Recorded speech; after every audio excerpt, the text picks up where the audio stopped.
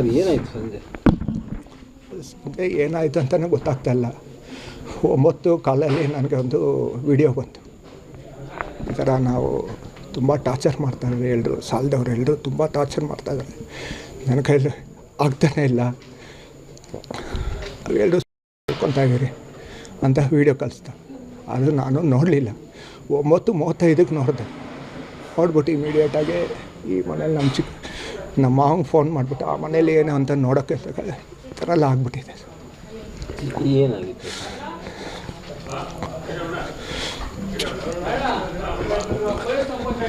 ಏನು ಗೊತ್ತಿಲ್ಲ ಸರ್. ಅವರಿಬ್ಬರು ಹಾಸ್ಪಿಟ್ಲಲ್ಲಿದ್ದಾರೆ. ಈಗ ಬಂದಮೇಲೆ ಗೊತ್ತಾಗೋದು ಏನಂತ ಗೊತ್ತಾಗ. ಹಾಸ್ಪಿಟ್ಲಲ್ಲಿ ಮಗು ಕಂಡೀಷನ್ ಹೇಗಿದೆ? ಸರ್ಜರಿ ಮಾಡ್ತಾಯಿದ್ದಾರೆ. ಸೀರಿಯಸ್ ಆಗಿದ್ದಾರೆ ಇಬ್ಬರು. ಮೋಹನು ಸೀರಿಯಸ್ ಆಗಿದ್ದಾರೆ, ಇಬ್ಬರು ಸೀರಿಯಸ್ ಆಗಿದ್ದಾರೆ. ನಾಳೆ ಗಂಟೆ ಏನೂ ಒಪ್ಪಿಲ್ಲ ಅಂತ ಹೇಳ್ತಾ ಇದ್ದಾರೆ. ಅಂದರೆ ಚೀಟಿ ಅವರ ಏನೋ ಮಾಡ್ತಿದ್ರು, ಲಾಸ್ ಆಗಿದ್ರು ಅಂತ ಏನಾಗುತ್ತೆ? ಚೀಟಿ ಅವರು ಮಾಡ್ತಾಯಿದ್ರು, ಅದು ಏನಂತ ಅರ್ಥ ಆಗ್ತಾಯಿಲ್ಲ ಇನ್ನು. ಅವನು ಮೇಲೇ ಗೊತ್ತಾಗೋದು. ಇನ್ವೆಸ್ಟಿಗೇಷನ್ ಮಾಡ್ತಾರೆ, ಮಾಡಲಿ. ಒಟ್ಟು ಎಷ್ಟು ಜನ ಮನೇಲಿದ್ದರು? ಒಟ್ಟು ಮೋಹನ್ ಅವ್ರ ಮನೇಲಿ ಎಷ್ಟು ಜನ ಇದ್ದರು? ಮೋಹನ್, ಅವ್ರ ತಾಯಿ, ಅವ್ರ ಅಕ್ಕ, ಅವ್ರ ಅಕ್ಕನ ಮಗ. ಅಂದರೆ ಈ ಮೋಹನ್ ಅವರು ಏನು ಚೀಟಿ ವ್ಯವಹಾರ ಇರ್ಬೋದು ಮತ್ತು ಬಡ್ಡಿ ವ್ಯವಹಾರವಾಗಿ ಏನೋ ತುಂಬ ಸಾಲ ಮಾಡಿ ಇದಾಗಿದ್ರು ಏನು ಸರ್? ಇನ್ವೆಸ್ಟಿಗೇಷನ್ ಮಾಡಲಿ, ಆಮೇಲೆ ಹೇಳ್ತೀವಿ ನಾವು. ಇನ್ನು ಅವ್ನು ಬರಬೇಕು. ಯಾರಾದರೂ ಹಿಂಸೆ ಕೊಡ್ತಿದ್ರ ಮನೆ ಹತ್ರ ಬಂದು ಟಾರ್ಚರ್ ಕೊಡ್ತಿದ್ರ?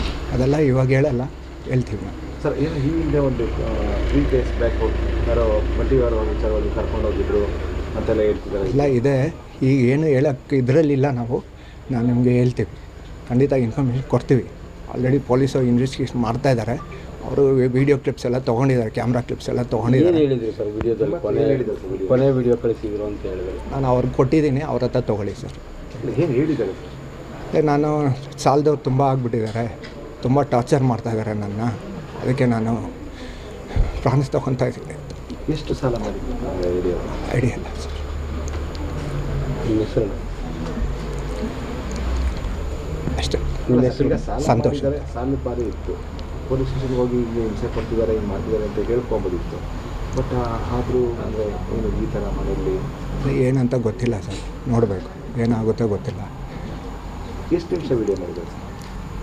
ನಾನು ಕೊಡ್ತೀನಿ. ನಾನು ಸರಿಯಾಗಿ ನೋಡಲಿಲ್ಲ, ಅದು ನೋಡ್ಕೊಡ್ತೀನಿ ನಾನು. ನಿಮ್ಮ ಹೆಸರು ಸರ್? ಸಂತೋಷ ಅಂತ. ಏನಾಗಬೇಕು ಸರ್ ನೀವು ಅವ್ರಿಗೆ? ನಮ್ಮ ಮಾವನ ಮಗ. ಸಾಯಂಕಾಲ ಬಂದಿದ್ದು ಯಾರಿಗೂ ಗೊತ್ತಿಲ್ಲ. ಬಂದಿದ್ದು ಬಾಗಿಲು ತಟ್ಟಿದ್ದು ನಾವು ತೆಗ್ದಿಲ್ಲ. ಆಮೇಲೆ ಆ ಕಡೆ ಗರ್ಭಾಡಿ ಎತ್ಕೊಂಡು ಕಿಟಕಿನ ತಟ್ಟಿದ್ದು. ಆಮೇಲೆ ಇಲ್ಲಿ ನೋಡೋದಕ್ಕೆ ಕತ್ಕೊಳ್ಕೊಡ್ರು ಅಷ್ಟೇ. ಹಾಂ, ಎಷ್ಟು ಜನ ಇದ್ರು? ಎಲ್ಲಿ ಮನೇಲಿ ಎಷ್ಟು ಜನ ಇದ್ರು? ಅವರು 4 ಜನ. ಯಾರ್ಯಾರು? ಅವ್ರು ಒಳಗಡೆನಾ? 4 ಜನನೇ. ತಂದೆ, ತಾಯಿ, ಮಗಳು, ಮೊಮ್ಮಗ, 4 ಜನನೇ ಇದ್ದಿದ್ದು. ಈಗ ಯಾರು ಡೆತ್ ಆಗಿದ್ದಾರೆ? ಹಾಂ, ಈಗ ಯಾರು ಡೆತ್ ಆಗಿದೆ? ಇಬ್ಬರು ಹಾಸ್ಪಿಟ್ಲಿಗೆ ಹೋಗೋರು. ಯಾರ್ಯಾರು ಸರ್ ಡೆತ್? ಹಾಂ, ಯಾರ್ಯಾರು ಡೆತ್ ಆಗಿದ್ದಾರೆ?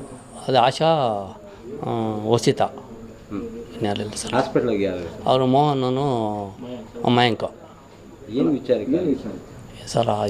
ಈ ಚೀಟಿ ಪಾರ್ಟಿಗಳು ಯಾವುದೋ ಸ್ವಲ್ಪ ಇವತ್ತು ನೆನ್ನೆನಿಂದ ಟಾರ್ಚರ್ ಕೊಟ್ಟವ್ರೆ ಅಷ್ಟೇ ಸರ್. ನಾನು ಜಾಸ್ತಿ ಮಾತಾಡ. ನಮ್ಮ ಹತ್ತಿಬೆಳೆ ಪೊಲೀಸ್ ಠಾಣಾ ವ್ಯಾಪ್ತಿಯ ಮಲ್ಲೇನಹಳ್ಳಿ ಗ್ರಾಮದಲ್ಲಿ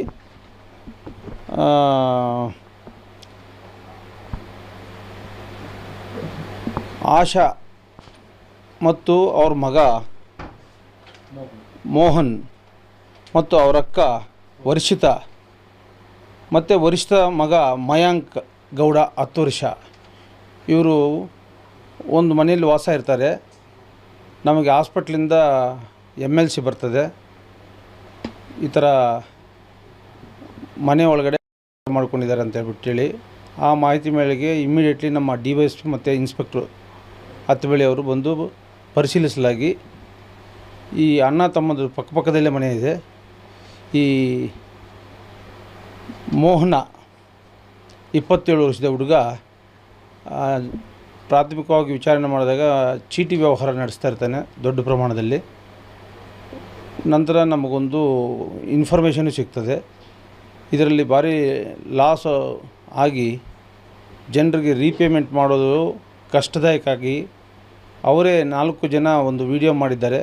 ಅದರಲ್ಲಿ ನಮ್ಮದು ಸಾಲ ಜಾಸ್ತಿ ಇದೆ, ನಾವು ಬದುಕೋದು ಆಗೋದಿಲ್ಲ, ನಾವು ಸಾಯ್ತೀವಿ ಅಂತ ಹೇಳ್ಬಿಟ್ಟು ಹೇಳಿ ಬಾಗಿಲು ಹಾಕ್ಕೊಂಡು ಮಾಡಿಕೊಂಡಿರೋದು ಮೇಲ್ನೋಟಕ್ಕೂ ಗೊತ್ತಾಗ್ತದೆ. ಮನೆಯಲ್ಲಿ ಅವ್ರ ತಾಯಿ ಮತ್ತು ಅಕ್ಕ ಇಬ್ಬರು ಮೃತಪಟ್ಟಿರ್ತಾರೆ. ಮತ್ತು ಗಾಯಾಳುಗಳಾಗಿರ್ತಕ್ಕಂಥ ಮೋಹನ್ ಮತ್ತು ಮಯಾಂಕ್ ಗೌಡ ಅವರಿಬ್ಬರನ್ನು ಕೂಡಲೇ ಆಸ್ಪತ್ರೆಗೆ ಅವರ ಚಿಕ್ಕಪ್ಪನವರೇ ಸೇರಿಸಿರ್ತಾರೆ. ಈಗ ಅದಕ್ಕೆ ನಾರಾಯಣ ಹಾಸ್ಪಿಟಲಲ್ಲಿ ಟ್ರೀಟ್ಮೆಂಟ್ ನಡೀತಾ ಇದೆ, ICUಯಲ್ಲಿ ಆಪ್ರೇಷನ್ ನಡೀತಾ ಇದೆ. ಸೊ ಎಲ್ಲ ಆಯಾಮಗಳಲ್ಲಿ ತನಿಖೆ ಮಾಡಿ ಇದಕ್ಕೆ ಮೂಲ ಕಾರಣ ಏನು ಅಂತ ಪತ್ತೆ ಹಚ್ಚಲಾಗುವುದು. ಈಗ ಇದನ್ನು ತನಿಖೆಯನ್ನು ಹತ್ತಿಬೆಳೆ ಇನ್ಸ್ಪೆಕ್ಟರ್ ಮಾಡ್ತಾಯಿದ್ದಾರೆ. ಸೂಪರ್ವಿಷನ್ ನಮ್ಮ DSP ಆನೇಕಲ್ ಅವರು ಮಾಡ್ತಾಯಿದ್ದಾರೆ. ಮೇಲ್ನೋಟಕ್ಕೆ ಇದು ಹೆಚ್ಚಿನ ಸಾಲ ಮಾಡಿ ಜಿಗುಪ್ಸೆ ಹೊಂದಿ ಈ ಥರ ಮಾಡಿಕೊಂಡಿರೋದು ಕಂಡು ಬರ್ತಾಯಿದೆ. ತನಿಖೆ ನಂತರ ಏನಂತ ದೃಢ ಆಗ್ತದೆ, ಆವಾಗ ತಮಗೂ ಸಹ ಮಾಹಿತಿ ನೀಡಲಾಗ್ತದೆ. ಎಷ್ಟು ವರ್ಷದ ಚೀಟಿ ಮಾಡ್ತಿದ್ರು ಸರ್ ಇವರು? ಇದು ಈಗ ಸಾಕಷ್ಟು ಚೀಟಿಗಳು ನಡೆಸಿದ್ದಾರೆ. 10 ಲಕ್ಷ ಚೀಟಿ, 50 ಲಕ್ಷ ಚೀಟಿ, 1 ಕೋಟಿ ಚೀಟಿ ನಡೆದಿದ್ದಾರೆ. ಮತ್ತು ಹಬ್ಬಗಳಿಗೆ ಈ ಮಟನ್ ಕೊಡೋ ಚೀಟಿ, ಪಟಾಕಿ ಚೀಟಿ, ಯುಗಾದಿ ಹಬ್ಬದ ಚೀಟಿ, ಈ ಥರ ಸಾಕಷ್ಟು ಚೀಟಿಗಳು ನಡೆಸಿದ್ದಾನೆ. ಒಂದು ರೀತಿ ದುಂದು ವೆಚ್ಚ ಮಾಡಿ ಸಾಲಕ್ಕೆ ಸಿಕ್ಕಾಕೊಂಡಕ್ಕೆ ಮೇಲ್ನೋಟಕ್ಕೆ ಗೊತ್ತಾಗ್ತದೆ. ಯಾರು ಇವರು ಸಾಲ ಕೊಡಬೇಕು ಅವ್ರು ಬಂದು ಕೇಳಿದಾಗ ಈ ಥರ ತೀರ್ಮಾನ ತಗೊಂಡಿರ್ಬೋದು ಅಂತ ಗೊತ್ತಾಗಿದ್ದು ಎಲ್ಲ ಆಯಾಮಗಳಲ್ಲಿ ಇದನ್ನು ತನಿಖೆ ಮಾಡಲಾಗ್ತದೆ. ಮೇಲ್ನೋಟಕ್ಕೆ ಎಷ್ಟು ಲಾಸ್ ಆಗಿದೆ? ಇಲ್ಲ, ಈ ಹಂತದಲ್ಲಿ ಏನು ಹೇಳಲಿಕ್ಕಾಗೋದಿಲ್ಲ. ಜಸ್ಟ್ ಯಾವ ರೀತಿ ಮಾಡ್ಕೊಂಡಿದ್ದಾರೆ ಸರ್? ಇಲ್ಲ, ಅಲ್ಲಿ ಚಾಕುಗಳು ಇದೆ. ಯಾವ ರೀತಿ ಮಾಡ್ಕೊಂಡಿದ್ದಾರೆ ಅಂತ PM ಆದ ನಂತರ ಅದು ನಾವು ಕರೆಕ್ಟಾಗಿ ಹೇಳಲಿಕ್ಕಾಗ್ತದೆ. ಅಲ್ಲ ಸರ್, ಈ ಮೋಹನ್ ಅವರೇನಾದರೂ ಅವ್ರ ಅಕ್ಕನಿಗೆ ಮತ್ತು ಏನು ಈ ಹಂತದಲ್ಲಿ ಏನೂ ಆಗೋದಿಲ್ಲ, ಗೊತ್ತಾಗೋದಿಲ್ಲ. PM ಆಗಿ ಮತ್ತು ತನಿಖೆ ಎಲ್ಲ ಆಯಾಮಗಳಲ್ಲಿ ಮಾಡಿದಾಗ ಅದು ಅಂತಿಮ ತೀರ್ಮಾನಕ್ಕೆ ಬರಲಾಗ್ತದೆ. ಇಲ್ಲ, ಮೇಲ್ನೋಟಕ್ಕೆ ಅವರ ಅಕ್ಕನಿಗೆ ಮತ್ತು ಅಮ್ಮನಿಗೆ ಮೋಹನನೇ ಮಾಡಿರ್ಬೋದು ಅಂತ ಮೇಲ್ನೋಟಕ್ಕೆ ಕಂಡು ಬರ್ತಾಯಿದೆ. PM ಆದ ನಂತರ ಅದು ನಮ್ಗೆ ಗೊತ್ತಾಗ್ತದೆ. ಸರ್, ಈಗ ಸ್ಥಳದಲ್ಲಿ ಎಷ್ಟು ಜನ ಮೃತಪಟ್ಟಿದ್ದಾರೆ? ಸ್ಥಳದಲ್ಲಿ ಇಬ್ಬರು ಮೃತಪಟ್ಟಿರ್ತಾರೆ, ಅವರ ಅಮ್ಮ ಮತ್ತು ಅವರ ಅಕ್ಕ ಇಬ್ಬರು. ಅವ್ರ ಅಕ್ಕನ ಮಗ ಮತ್ತು ಈತನಿಗೆ ಇಂಜುರೀಸ್ ಆಗಿದೆ, ಇಮಿಡಿಯೇಟ್ಲಿ ಶಿಫ್ಟ್ ಮಾಡಿದ್ದಾರೆ. ಸರ್, ಮೋಹನ್ ಅವ್ರ ಅಕ್ಕ ಅಂದರೆ ಮದುವೆ ಆಗಿರಲಿಲ್ವಾ ಸರ್? ಇಲ್ಲೇ ಇದ್ರ ಅವರು? ಆಕೆಗೆ ಮದುವೆ ಆಗಿದೆ, ಗಂಡ ತೀರೋಗಿದ್ದಾರೆ. ಈಗ ಅಮ್ಮನ ಮನೆಯಲ್ಲೇ ಬಂದಿರ್ತಾರೆ. ಆಯಮ್ಮನಿಗೂ ಬ್ರೈನ್ ಟ್ಯೂಮರ್ ಆಗಿರ್ತದೆ. ಆ ವೀಲ್ ಚೇರಲ್ಲೇ ಕುತ್ತಿಗೆ ಆಳವಾಗಿ ಸೀಲಿದೆ.